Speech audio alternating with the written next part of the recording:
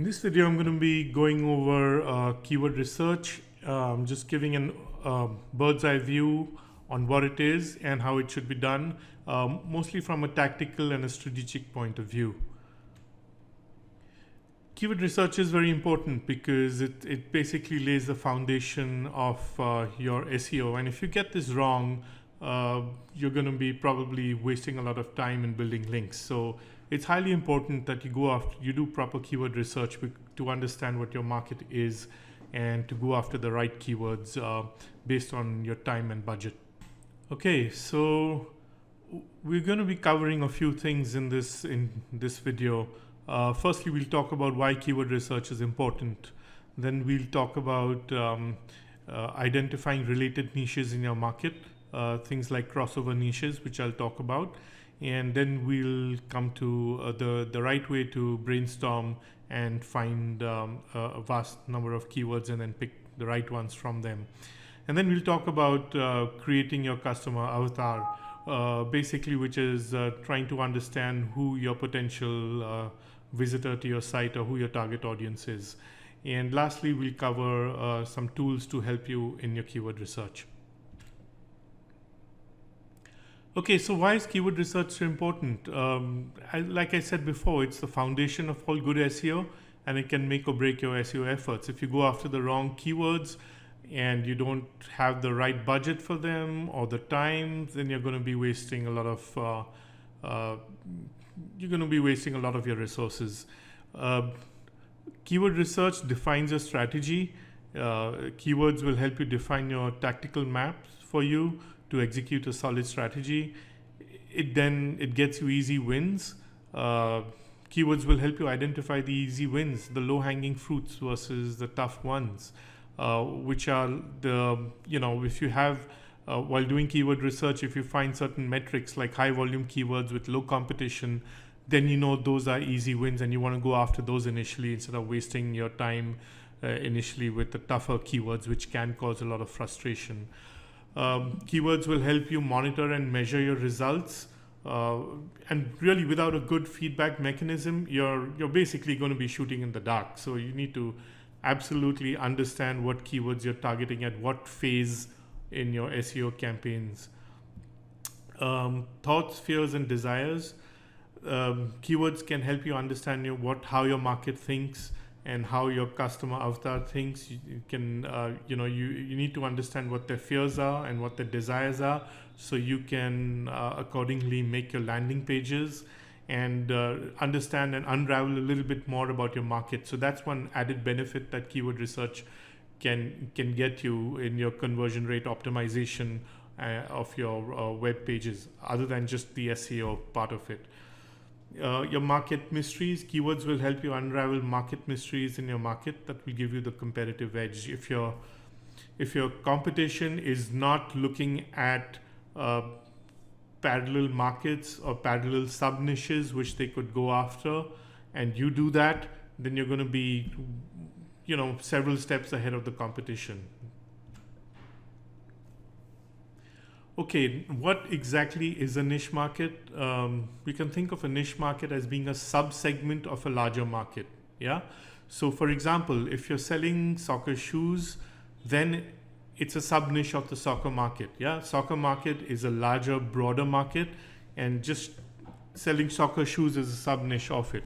You really need to understand that people in these niches would probably be interested in your niche also, as they're closely related. So if you understand what the broader niche is, then you could probably look at parallel crossover niches.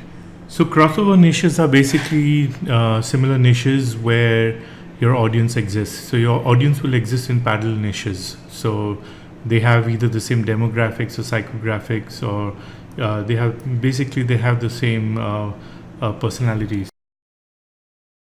Okay, so how do you identify these crossover niches? Basically, you get people who would be interested in your offer from keywords in niches related to your market.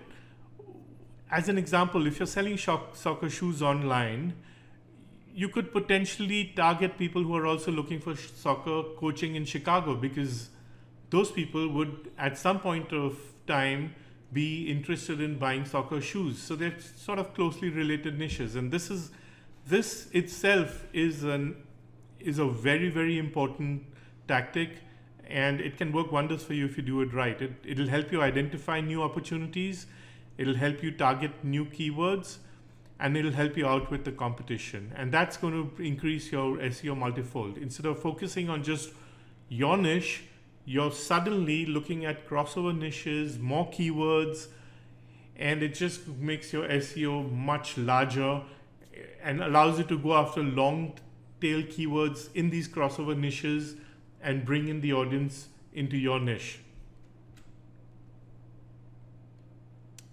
Okay, so how do you brainstorm to find these crossover niches? Brainstorming will basically help you get there faster, but you'll need to follow a process. You need to get a mind mapping tool ready, such as XMind, eDraw, Diagram Designer, or Bubble.us, which is free. Some of these are free. eDraw is free, and I think Bubble.us is also it's an online web sort of tool which is also free. Or if you don't have access to any of these, just pull out a pen and paper and start doodling. Make sure you're put yourself aside in in a non-disturbing environment and put on your thinking cap. And what you need to start thinking of, what are the other things you can think of in your niche, and just start writing down all these related things on a piece of paper or putting them into your mind maps. So for example, if you're in the soccer training niche, you can ask yourself, what do you think of when you think of soccer? So some things could be like the World Cup, Pele, Maradona, Ronaldo, Beckham. These could be celebrities in that niche. Then you could think of products such as shoes, or the soccer ball, or soccer socks. You could think of soccer moves such as the bicycle kick, and you could think of the soccer penalty kick. So these are different sort of things that come to your mind, and these will basically help you understand the other crossover sub niches in your niche. Okay, so we'll talk about creating your customer avatar. What exactly is that? It's basically what a typical target individual looks like. A typical visitor to your site, what's his age, gender, income, family status, what are his hobbies, what's a typical day in his life like, his or her life like, what are their desires, that's important, what are their pains, their goals, their struggles. It's important that you understand that, because all this is going to let you sort of understand your typical customer avatar and create your page, as well as do your SEO campaign and define your crossover niches. That's what this will allow you to do. So you need to put that down on a piece of paper. I know it may take some time. It may not sound like it's part of SEO, but believe me, it is. And getting it right is going to differentiate your SEO. Okay, so what does a typical niche cloud map look like? We've already established that crossover niches are other niches in your market in which people would be interested in your niche. Now we need to sort of use this to help you create a niche cloud map. So for example, if you're selling soccer shoes, then it is a sub niche of the larger soccer market, right? So you need to find other relevant soccer niches, and your typical cloud map could look like this. So you could have soccer shoes right in the middle, and then your crossover niches are like sports nutrition, soccer fitness workouts, soccer shorts, bicycle kick, curveball. So these are like the curveball kick. So these are the crossover niches, and what we'll do while doing keyword research is you look for like specific like sport nutrition products, and you could go after those, because anyone interested in sort of sport nutrition products could be interested in soccer shoes. People interested in soccer fitness workouts, there could be like thousands of different types of soccer workouts, branded ones by celebrities. So if you target those keywords, then you're automatically sort of appealing to people who want to buy soccer shoes. So this is just an example. And Now, I just wanted, there's a word of caution. Please don't use the Google Keyword Planner tool to do your brainstorming and to come up with parallel keywords, because it's awful. I mean, I know it's free and everything, but just don't use it. As an example, you can try and punch soccer and this is what you get. It's just too generic, and there's just absolutely no sub niches and ideas and stuff like that. So, and I'll talk to you guys later about more advanced tools in the videos ahead to do keyword research and to do the brainstorming. But some places where you could brainstorm and get ideas for these crossover niches could be online forums, and one good search engine or a directory is boardreader.com. You can go in there and just punch in your keyword like soccer, and it'll give you all the popular online forums with the statistics on popularity and how busy they are. And that's a really good place to find the forums, and then you got to go into those forums, register, and lurk around the threads and see what people are talking about, see what their pains are, see what their pleasures are, see what their fears are, what their desires are, what they want, what kind of gender they are, what are they, young, are they old, and things like that. And that would differ from niche to niche and keyword to keyword. So from niche to niche. So forums is a really good place to start getting some buzz and feedback on what a typical avatar would be and what your niche is all about. Another good place is Wikipedia, of course, and look at the table of contents inside Wikipedia in the Wikipedia page, and visit all the other outbound links and read the article and sort of start getting into the mind of people who are active in that niche. And then you could just Google. That's really, it's better than using the Google Keyword Planner because that's restricted. But just by Googling your main keywords or keywords that come into mind, and then you can scroll through the results and look at the LSI keywords, the other suggested keywords at the footer of the Google search page. And you can click on those and sort of open up more windows and get more ideas and just, hang around there. And then there's free and paid keyword tools and niche research tools. And this is what I'll talk about in my coming videos. And some of them are Longtail Platinum, Longtail Pro, there's Keyword Research Pro, there's Market Samurai, there's one called Keyword Shitter, which is free.